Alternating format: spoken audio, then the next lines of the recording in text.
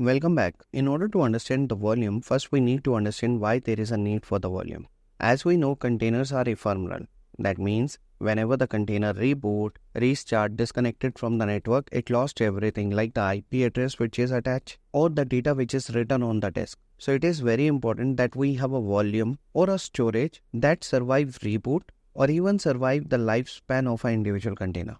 Kubernetes Volume guarantee that the data is available even after reboot, crash of a container. Kubernetes Volume offer a way to manage storage more effectively, like it provides the data persistence, which means or which makes sure that data which is written by a container is preserved even if the container restart or move to another node.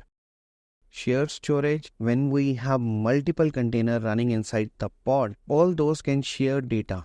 Now, this is very useful when the container application need to share the application logs, application data, configuration files.